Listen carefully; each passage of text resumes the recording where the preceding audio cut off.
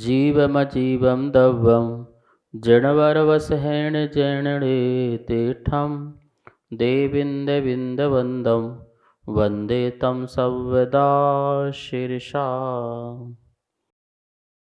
द्रव्य संग्रह परम मांगलिक ग्रंथ है। आचार्य नेमिचंद भगवान द्वारा यह लिखा गया है। इसमें 58 गाथाएं हैं। भाषा प्राकृत है। 7 तत्व, 6 द्रव्य, 9 पदार्थ, 50 मोक्ष मार्ग और ध्यान का वर्णन है। हम सभी लोग गाथा नंबर 36 पढ़ रहे थे और यह गाथा कल अपन ने संपन्न भी की थी। आज गाथा नंबर जो है 37 पढ़ेंगे, जिसमें मोक्ष का स्वरूप और उसके भेद, कि मोक्ष कितने प्रकार का होता है और उसका स्वरूप क्या है। क्योंकि यदि मोक्ष के स्वरूप को यदि हम समझ लेंगे तो फिर हम मोक्ष पाने के भाव भी रखेंगे। मोक्ष का जो स्वरूप है वैसे तो यही है कि मोह का अभाव, मोह का अभाव, मोक्ष, मोह का क्षय, 2 शब्द है ना, मोह क्षय, मोह और छा। मोह का हा हटा दीजिए और क्षय का या हटा दीजिए तो दोनों शब्द से मोक्ष बन जाएगा। वैसे तो समस्त कर्मों के अभाव का नाम मोक्ष है, लेकिन यदि मोह का अभाव हो गया तो निश्चित ही समस्त कर्मों का अभाव होना ही होना है। उसे कोई भी टाल नहीं सकता। एक कर्म नष्ट हो गया तो बाकी से 7 कर्म को नष्ट होना ही होना है, नियम से होंगे। वह अपनी पूरे की पूरी जो है समस्त कर्म अपनी स्थिति को पूर्ण करके नष्ट हो जाएंगे। 3 कर्म तो ऐसे हैं, ज्ञानावरणी, दर्शनावरणी और अंतराय। ये तो अंतर मुहूर्त में ही नष्ट होने वाले हैं। जैसे मोह नष्ट हुआ और अंतर मुहूर्त में ही ये तीनों जो कर्म हैं एक साथ ही विदा होने वाले हैं आत्मा से। पूर्ण ज्ञान, पूर्ण दर्शन और पूर्ण सुख की प्राप्ति होने वाली है, पूर्ण बल की प्राप्ति होने वाली है, ये बिल्कुल नियम से।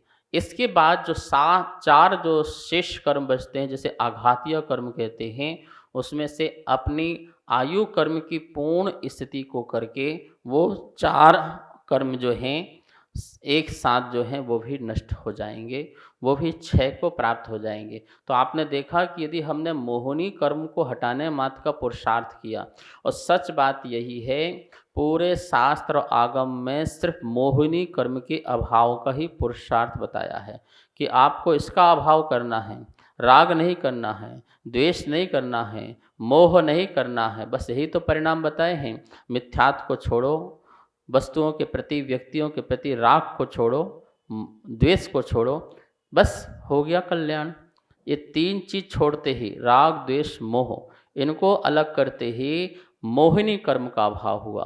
और मोहिनी कर्म का अभाव हुआ तो समझ लेना आपका मोक्ष ही हो गया।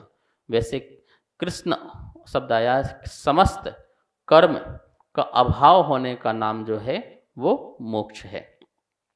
अब हम यहाँ पर जो है मोक्ष का स्वरूप पढ़ेंगे। आचार्य नेमिचंद भगवान क्या कह रहे हैं मोक्ष के स्वरूप के लिए। तो गाथा नंबर 37 है, आप अपनी पुस्तक में निकाल लेंगे। यहाँ अपन बोर्ड के माध्यम से पहले गाथा का शुद्ध उच्चारण करेंगे और अर्थ भी समझेंगे। द्रव्य संग्रह गाथा नंबर 37 उच्चारण करेंगे। सौवस्स, सौवस्स, कम्मणो, कम्मणो, जो, क्षय हेतु, क्षय हेतु, अपणो, हो, परिणामो, ण्यो, ण्यो, सा, भाव मोक्षो, भाव मोक्षो, दव्व विमोक्षो, दव्व विमोक्षो, या कम पुहु भावो, कम पुहु भावो। ठीक है, एक बार पुनः देखिए।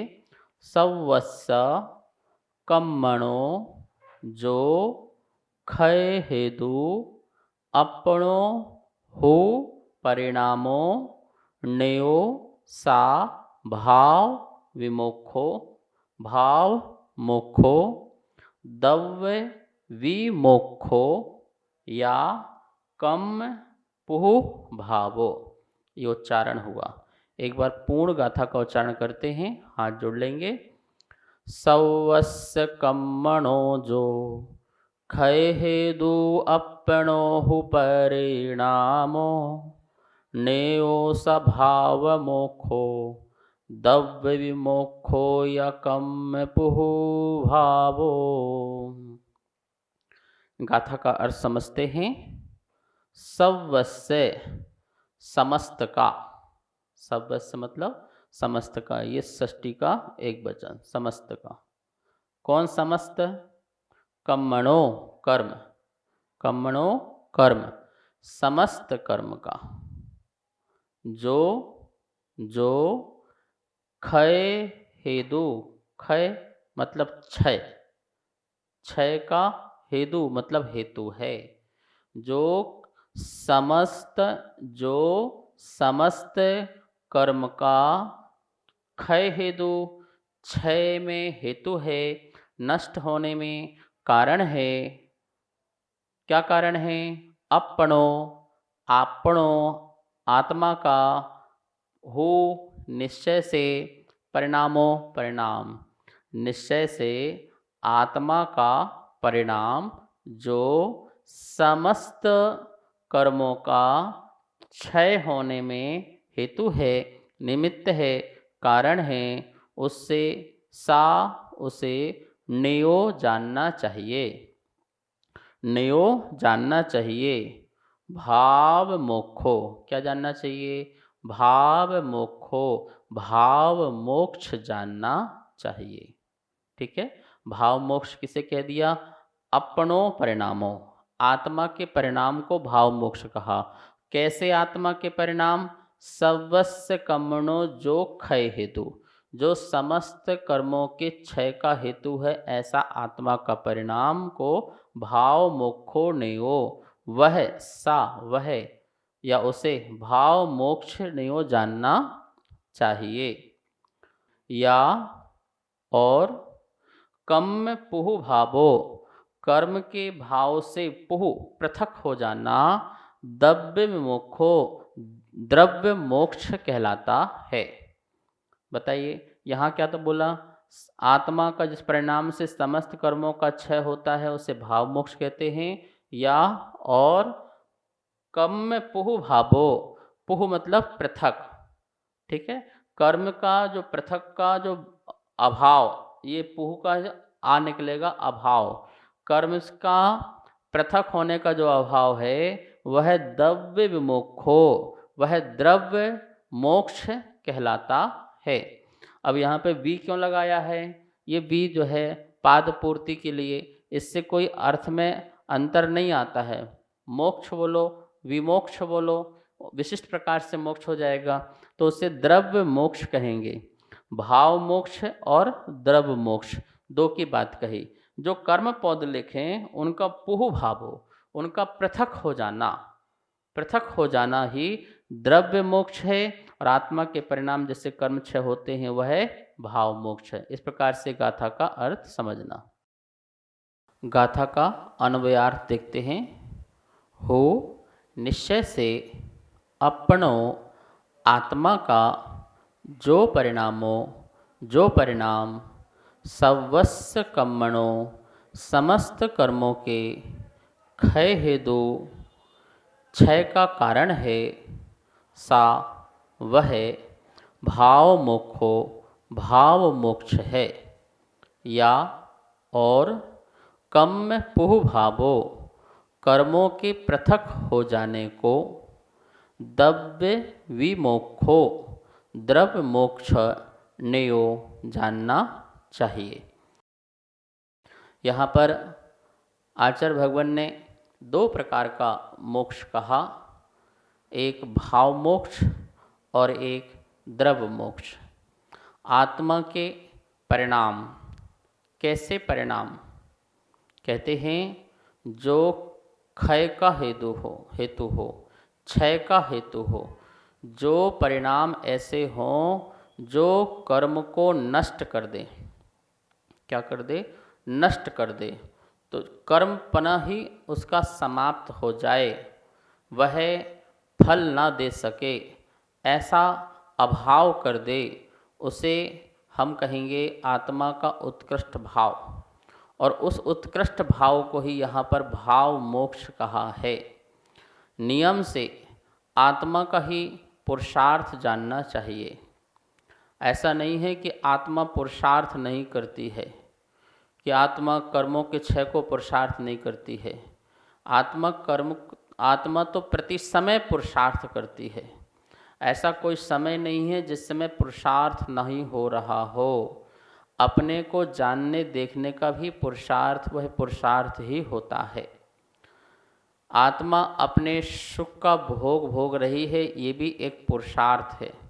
अपने अनंत बल को भोग रही है, ये भी एक पुरुषार्थ है।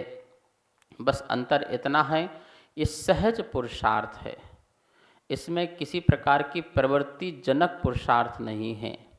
जैसे कि हम 4 प्रकार के पुरुषार्थ पढ़े हैं, अर्थ पुरुषार्थ, धर्म पुरुषार्थ, काम पुरुषार्थ, मोक्ष पुरुषार्थ, ऐसे पुरुषार्थ पढ़े हैं। तो पहला धर्म का पुरुषार्थ करते थे प्रवृत्ति पूर्वक, अर्थ का पुरुषार्थ करते थे प्रवृत्ति पूर्वक, और फिर जो है काम का पुरुषार्थ करते थे, और अब मोक्ष का पुरुषार्थ। जब तक हम जो हैं कसाय के साथ रहते हैं, उस समय हमारा पुरुषार्थ जो है प्रवृत्ति पूर्वक होता है। लेकिन जब कषायों का अभाव हो जाता है, तो वहाँ पर जो पुरुषार्थ फिर जो है कषाय जन न होकर के निवृत्ति पूर्वक अर्थात आत्मस्थ होकर के पुरुषार्थ होता है। अपने स्वभाव में ठहरना ही यह पुरुषार्थ है, और अनंत काल तक स्वभाव में ठहरे रहना ये अनंत काल तक पुरुषार्थ है। ऐसे पुरुषार्थ के बल से आत्मा जो है समस्त कर्मों को क्षय करने का भाव प्रकट होता है। उसी भाव को यहाँ भाव मोक्ष कहा जा रहा है। ठीक है, तो भाव मोक्ष है, और दूसरा क्या है, द्रव्य मोक्ष। द्रव्य मोक्ष क्या होना है, जो पौद्गलिक कर्म हैं, कम पुह भावो, लिखा है ना, कम पुह भावो, कर्मों का पुह भाव अर्थात पृथक हो जाने का जो भाव है, वो कर्म पृथक हो जाए, अलग हो जाए। ये जो कर्म और आत्मा एक साथ है, तो वो कर्म जो है आत्मा से बिल्कुल अलग हो जाए। तो उस अलग होने को कह रहे हैं द्रव्य मोक्ष। भाव मोक्ष के बिना द्रव्य मोक्ष नहीं हो सकता है, ये बिल्कुल ध्यान में रखना। क्योंकि भाव मोक्ष नहीं हुआ तो द्रव्य मोक्ष कैसे हो जाएगा। भाव मोक्ष होते ही द्रव्य मोक्ष होता है। इन दोनों में कोई समय का फेर नहीं है, कोई अंतर नहीं है कि पहले भाव मोक्ष हो जाए, बाद में कभी जाकर के द्रव्य मोक्ष हो जाए, ऐसा नहीं है। एक ही साथ उत्पाद व्यय है। यहाँ पर भाव मोक्ष का उत्पाद हुआ, वहीं पर द्रव्य मोक्ष का व्यय हुआ। जो कर्म हैं वो आत्मा से सदा सदा के लिए विदा हो जाते हैं, अलग हो जाते हैं, पूर्ण स्थिति करके आत्मा से निर्जरित हो जाते हैं, पूर्ण रूप से नष्ट हो जाते हैं। नष्ट का मतलब ऐसा नहीं कि वो कर्म पुद्गल ही न रह जाए, पुद्गल का ही अस्तित्व समाप्त हो जाए। पुद्गल का अस्तित्व समाप्त नहीं कर रहे हैं, कर्म पने का जो भाव है उसको नाश कह रहे हैं। क्योंकि वो कार्मण वर्गणाएँ हैं। कौन सी हैं? कार्मण वर्गणाएँ हैं। और वो कार्मण वर्गणाएँ जो हैं, जब जीव भाव करता है तब वो कर्म रूप से होती हैं, ज्ञानावरण आदि रूप से होती हैं। लेकिन जब जीव ने ऐसा पुरुषार्थ किया, इतना ध्यान उत्कृष्ट किया, आपको पता है 13वें गुण स्थान के अंत में भी सूक्ष्म क्रिया प्रतिपाती नाम का ध्यान होता है। और कहते हैं उसी ध्यान के बल से परम शुक्ल जिसे कहते हैं, उसी ध्यान के बल से जो है परम शुक्ल ध्यान, उसके बल से जो है यह जीव अपने कर्मों का क्षय करने के लिए पुरुषार्थ करता है। और वह जो पुरुषार्थ है वो भी सहज है। ये ध्यान भी जो है उपचार से बोला जाता है। जो अरहंत परमात्मा हैं, तीर्थंकर परमात्मा हैं, उनको ध्यान जो कहा जाता है कि उसके ध्यान के बल से वो कर्म की निजरा करेंगे, 14वें गुण स्थान में विपरीत क्रिया निवर्तनी नाम का ध्यान है, वो सब ध्यान जो है वो उपचार से है, क्योंकि जो एकाग्रता आनी थी वो आ चुकी है। अब किसी और चीज़ में एकाग्र होना नहीं है, एकाग्र होना नहीं है, केवल ज्ञान को प्राप्त करने के लिए एकाग्र होना था। अब केवल ज्ञान प्राप्त हो गया, अनंत बल प्रकट हो गया, अनंत सुख प्रकट हो गया। अब किसकी एकाग्रता, कौन सा विकल्प है? कोई विकल्प ही नहीं रह गया, सदा सदा के लिए निर्विकल्प हो गए।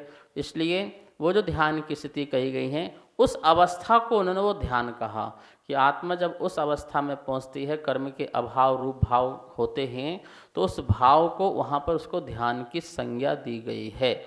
इस प्रकार इस गाथा के माध्यम से आचार्य भगवान ने 2 प्रकार के मोक्ष कहे। कितने प्रकार के? 2 प्रकार के। एक मोक्ष कहा भाव मोक्ष और दूसरा कहा द्रव्य मोक्ष। एक कथन अलग अलग है, बताना एक ही चाहते हैं। यदि मैं कहूँ कर्मों के अभाव का नाम मोक्ष है तो ऐसा कह सकता हूँ, ये कह सकता हूँ आत्मा के जो उत्कृष्ट परिणाम हैं उसका नाम मोक्ष है, तो ये भी कह सकता हूँ। लेकिन जब समझाना है, किसी को बताना है, तो उसको 2 चीज़ पृथक करके ही बताई जाएगी, तो अच्छी तरह से समझ में आ जाता है। निमित्त की दृष्टि से जब हम बताएंगे तो द्रव्य मोक्ष का नाम मोक्ष है, और जब हम उपादान की दृष्टि से बताएंगे तो भाव मोक्ष का नाम मोक्ष है। दोनों ही बातों को समाविष्ट करेंगे तो भाव मोक्ष पूर्वक द्रव्य मोक्ष होता है, ऐसा यहाँ पर समझेंगे। ये गाथा में दोनों को समझा अपन ने। इसमें और भी कोई चर्चा होगी तो वो कल करेंगे। आज का समय हो गया है, स्वाध्याय संपन्न करते हैं, माँ जिनवाणी की स्तुति करते हैं। वाणी के ज्ञान ते सूझे लोकालोक, सो वाणी मस्तक नमो, सदा देत हूँ धोख, सदा देत हूँ धोख। सबको बहुत बहुत मंगल आशीर्वाद।